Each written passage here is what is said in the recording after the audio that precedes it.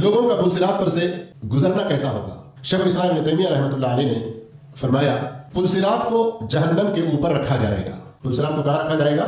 जहन्नम के ऊपर रखा जाएगा, और उसी का नाम जिस्र है, पुल। ये वही पुल है जो जन्नत और जहन्नम के दरमियान होगा।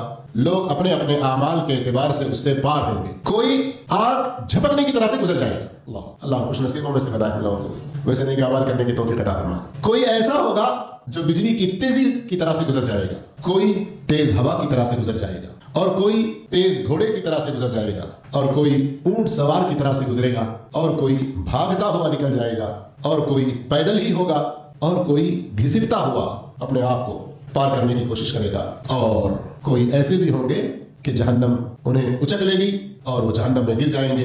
पुल पर टेढ़े तिरछे आंकड़े लगे होंगे जो लोगों को उनके आमाल के एतबार से पकड़ेंगे। जो पुल सिरात पार कर गया, वो जो पुल सिरात पार कर गया वो कहाँ गया? जन्नत में गया। लेकिन जन्नत में जाने से पहले पार करने के लिए कितनी सारी शक्लें हदीसों में बयान हुई हैं। शेख इस्लाम इब्न तैमिया रहमतुल्लाह अलैह की गुफ्तगू सही अहादीस से साबित है।